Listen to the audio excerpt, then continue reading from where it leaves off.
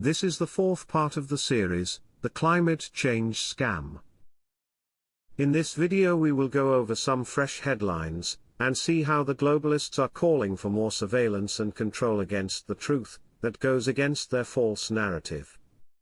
It is getting more and more clear that what used to be two sides of a story, has now turned into one side only. That is how they can keep feeding people with their lies. Let's begin. Pope urges scientists to work for peace, protect the planet. All knowledge based on science and experience must be utilized to avoid wars and overcome suffering, poverty and new forms of slavery, the Pope said, urging scientists to disarm science and thus become a force for peace.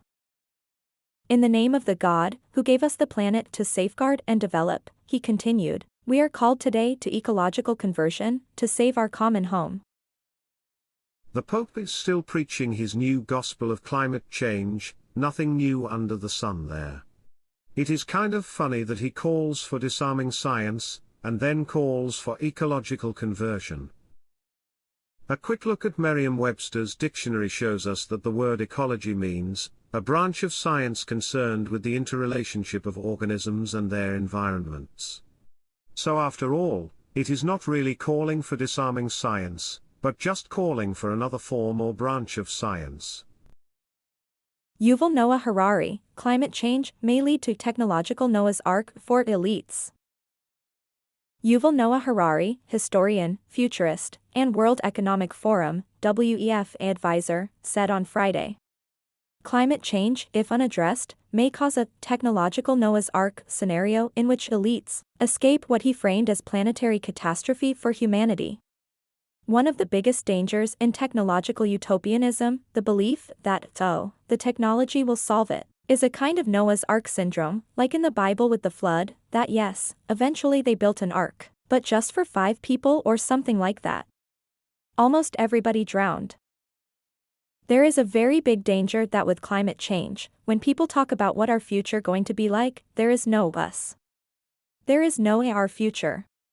Humanity might divide into a majority, maybe, of people who would suffer, and a minority that will have the resources, the wealth, and the technology to protect themselves, and even flourish in some kind of technological Noah's Ark.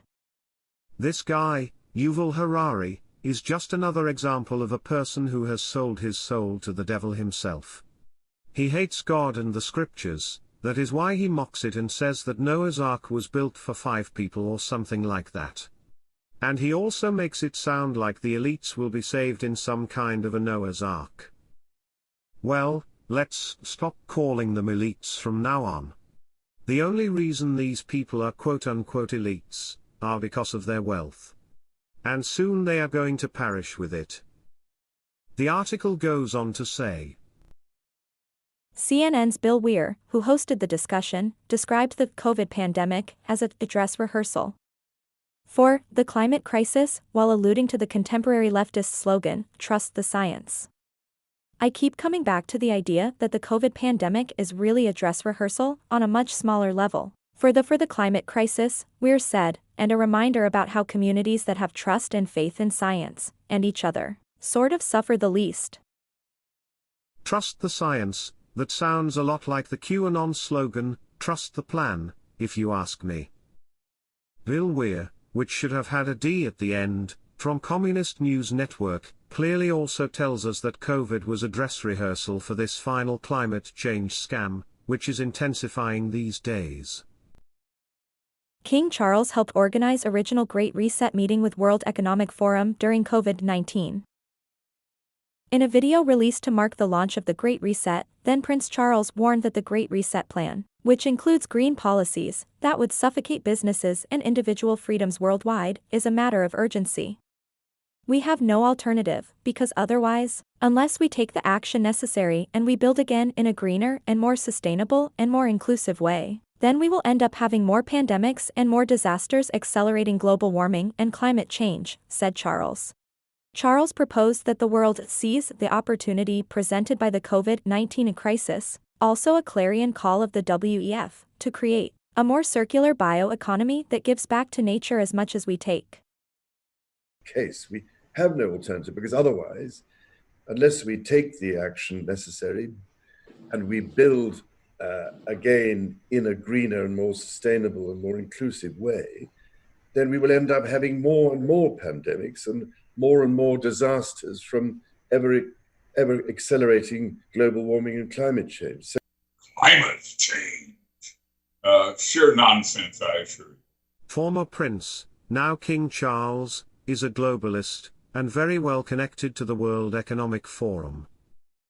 He is calling for the exact same climate change hoax like all the rest, who are controlled from Rome. All their strings are being pulled from the very same puppet masters, the Jesuit order, and their supreme ruler the Pope. Watch out for all these terms like green this and green that. Many thinks it sounds good with green things, but it's a trap. Charles here is clearly saying that the green policies will suffocate businesses and individuals. And as Bill Weir from CNN before said that COVID was a dress rehearsal, Charles here says we must seize the opportunity the first pandemic has given them. Just like all the other globalists are saying. Klaus Schwab says WEF welcomes diversity of ideas, calls Great Reset critics the frivolous fringe. We believe that differences within and between societies can be bridged, and that we can and must strive for a golden mean, he added. Schwab can talk about welcoming a diversity of ideas all he wants, but when the forum is criticized, the unelected globalists revert to name-calling. There is no place for the frivolous fringe that seeks to distract and divert attention, and I condemn it wholeheartedly. How can one claim to welcome a diversity of ideas, but in the same statement turn around and say, we have a duty to go against the disintegrating forces of our global system? There is only one narrative, and that is for citizens to surrender power, freedom, and autonomy over to unelected globalists, bureaucrats, and technocrats, so that they may finally implement their great reset over society and the global economy that they've been planning for many years. And they will continue to exploit every crisis, real or imagined, to achieve their totalitarian agenda. As Schwab concluded in the WEF's annual report, we have no other choice than to embrace global cooperation if we want to avoid political, ecological, or social disasters. So Klaus Schwab does not like when people criticize his economic forum. Well, no one voted for him to be a world leader, so of course there are people who will not agree with him, unfortunately too few. The censorship we have seen over the last couple of years are about to intensify as well, as they are calling for taking our rights away for freedom of speech, as it is all about their narrative.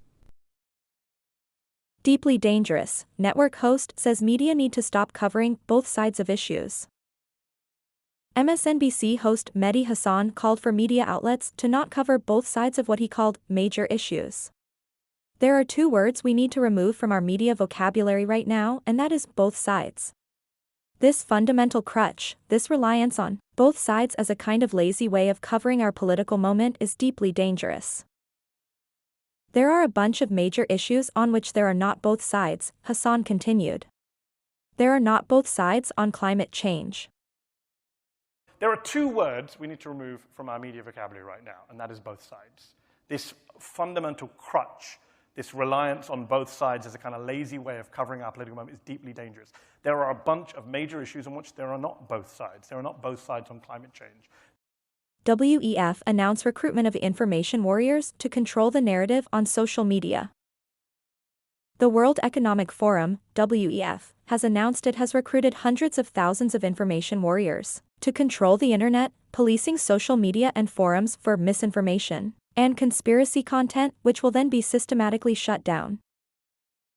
According to Klaus Schwab's WEF, misinformation on the internet is an epidemic that is potentially deadly and requires a cure. The definition of misinformation, according to the WEF, is anything they disagree with. Yes, what they call misinformation is what is commonly known as the truth. Therefore they must go all in on their censorship agenda, so that those who oppose their lies are silenced. United Nations recruited 110,000 information warriors to police internet. The United Nations recruited 110,000 digital first responders during the pandemic to battle misinformation. on social media platforms and internet forums, according to the global body's communications director. So far, we've recruited 110,000 information volunteers, and we equip these information volunteers with the kind of knowledge about how misinformation spreads and ask them to serve as kind of a digital first responders in those spaces where misinformation travels, she said. The way they equip these volunteers is simple. It's nothing but a big round of brainwashing. We will round off with another video I found with Piers Corbyn, astrophysicist and founder of Weather Action. He is saying the same things as John Coleman and the 1,100 other scientists and professionals who declared that there is no climate emergency. Russia's deadly wildfires, the smog-filled cities and poor harvest are being seen by some environmentalists as signs of climate change. Let's now cross live to London to discuss this with Piers Corbyn. He's an astrophysicist and also founder of Weather Action. Good to have you. Thanks very much indeed for joining us live there in London. So what we are seeing here is a drastic change in climate, aren't we? Well, climate has always been changing, but this has nothing to do with man. In fact, we predicted that there would be extreme heat in East Europe and Russia this summer. And it's caused by a certain circulation pattern. CO2 does not cause circulation patterns. What causes those is a combination of solar activity and the state of the phases of the moon. But hang on, Piers, excuse me, just a minute. You say this isn't caused by man. How come they're reporting this heat wave is recognised as the worst in 1,000 years of recorded history in Russia? And surely of course, man has got something to do with this, hasn't he? No, nothing to do with it. The only connection is man is here at the same time as the sun and the moon are doing things.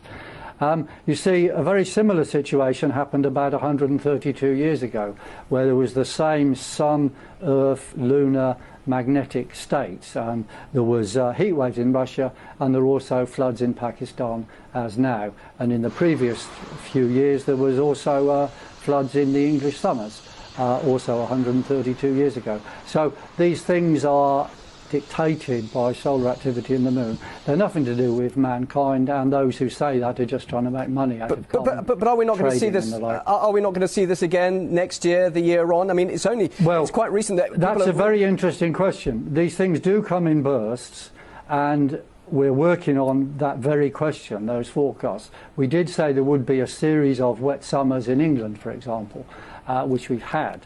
Now, will there be a series of these very hot summers in Russia? We don't know. We have to work on that. But I assure you, it's nothing to do with carbon dioxide. And if you stop driving around Moscow, it won't affect next summer one jot.